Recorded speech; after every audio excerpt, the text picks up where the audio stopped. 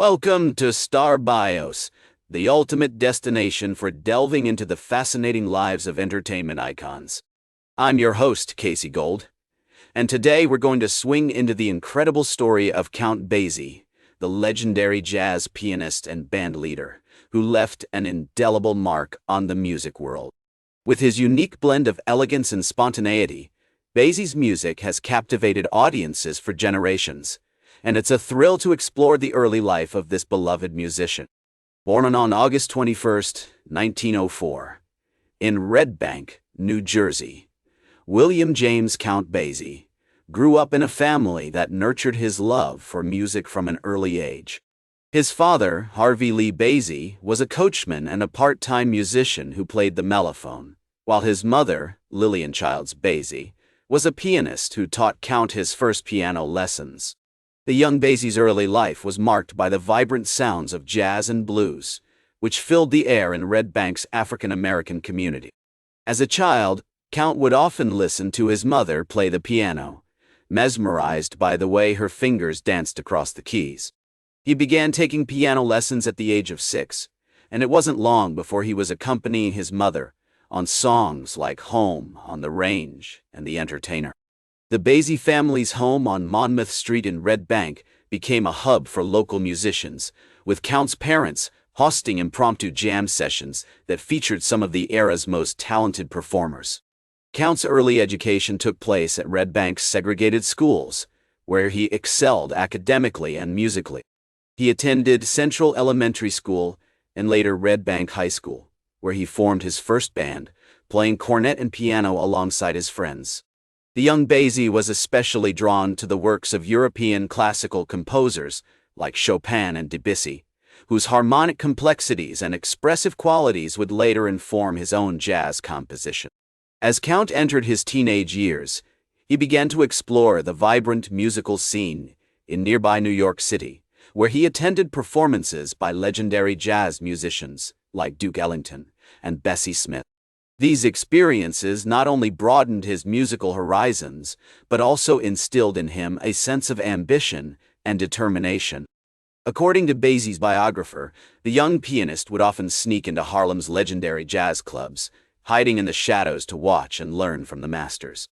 The summer of 1920 marked a pivotal moment in Count's early life, as he traveled to New York City to attend a performance by the renowned jazz pianist and composer, James P. Johnson. This encounter would prove instrumental in shaping Basie's musical style, as Johnson took the young pianist under his wing, offering guidance and mentorship that would last a lifetime. Over the next few years, Count would return frequently to New York, honing his craft through informal lessons with Johnson and other leading musicians of the day. By the late 1920s, Count had begun to make a name for himself within jazz circles, performing with various bands and gradually developing the distinctive sound that would come to define him. His journey, marked by dedication, innovation, and an unrelenting pursuit of musical excellence, was on the cusp of its most significant chapter yet. As we conclude our exploration of Count Basie's early life, we see a talented young musician poised on the threshold of greatness, ready to take the jazz world by storm. Johnson and other leading musicians of the day. The late 1920s saw Basie performing with various bands, gradually developing the distinctive sound that would come to define him. One of his earliest significant engagements was with the prestigious Benny Moten Orchestra in Kansas City, where he would eventually become the band's pianist and arranger. In 1935, after Moten's untimely death, Basie took over the orchestra, renaming it the Count Basie Orchestra. This marked a pivotal moment in his career, as he began to assemble a talented group of musicians who shared his vision for a more relaxed, swinging style of jazz. The band's early lineup included legendary musicians such as Lester Young on tenor saxophone, Buck Clayton on trumpet, and Joe Jones on drums. The Count Basie Orchestra quickly gained popularity, thanks in part to their regular broadcasts from the Reno Club in Kansas City. These live performances helped establish the band's reputation for energetic and spontaneous playing, which would become a hallmark of their sound. What As Basie himself once said, "I think the best way to get a good solo is to just forget everything and play from the heart."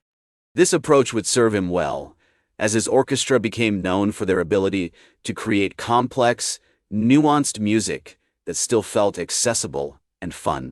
One of the key factors in Basie's success was his ability to foster a sense of community within his band.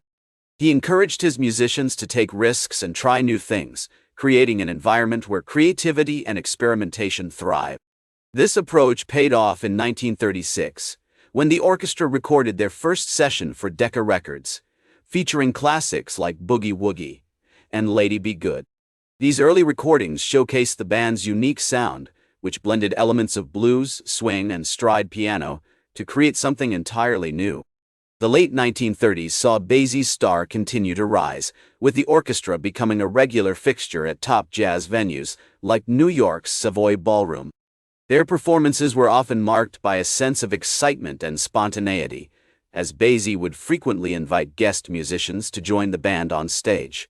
This approach not only kept the music fresh but also helped to establish the Count Basie Orchestra as one of the most innovative and dynamic ensembles in jazz. As the 1940s dawned, Basie's orchestra continued to tour and record, producing some of their most iconic work. The addition of new musicians, such as guitarist Freddie Green and saxophonist Don Byas, helped to further refine the band's sound, which was characterized by its use of space, subtlety, and a deep understanding of the blues tradition. Classics like April in Paris and 1 O'Clock Jump showcased the orchestra's ability to craft memorable melodies and rhythms that have become an integral part of American musical heritage. Throughout his career, Basie remained committed to his artistic vision, even in the face of changing musical trends. His dedication to his craft, combined with a bit of luck and a talented group of musicians, had catapulted him to stardom, forever changing the landscape of American music. As we conclude our exploration of Count Basie's spotlight years, we see a master musician who has left an indelible mark on the world of jazz, paving the way for future generations of musicians.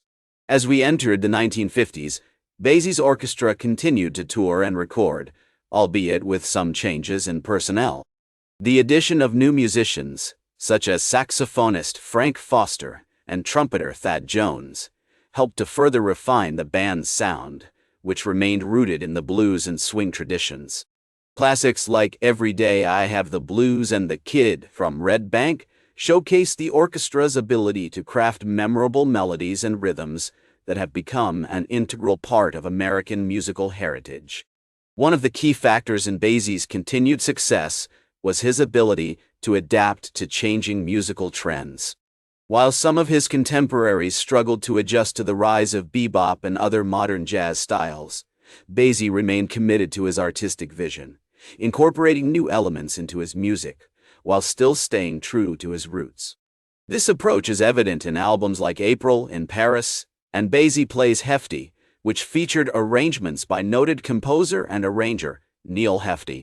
The 1960s saw Basie's orchestra continue to tour and record, with the band making appearances at top jazz venues like New York's Village Vanguard.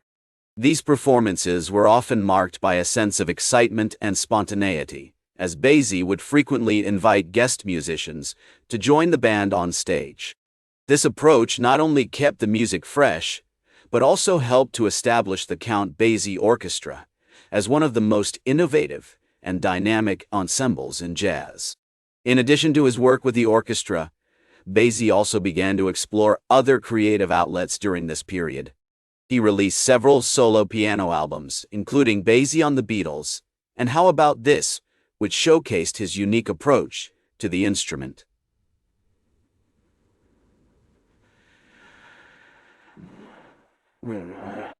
He also collaborated with other artists, such as vocalist Ella Fitzgerald and saxophonist Ben Webster, resulting in some truly unforgettable recordings.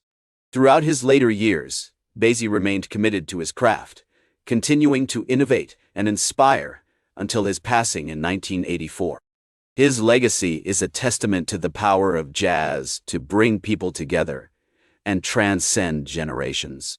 As pianist and composer Oscar Peterson once said, Count Basie is the very definition of what jazz is all about: simplicity, elegance, and a deep understanding of the blues.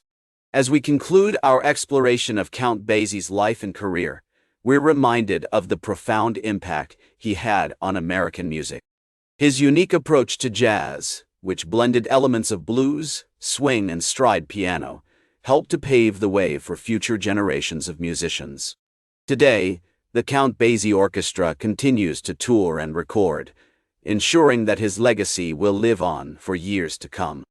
In the words of Count Basie himself, "If you play a tune and a person don't tap their feet, then I'm playing the wrong tune." With a career spanning over 5 decades, Basie played countless tunes that made people tap their feet, and his music remains an integral part of our shared cultural heritage. That's all for today's Star Bios. Remember to like, share, and subscribe. And until next time, I'm Casey Gold reminding you to keep shooting for the stars.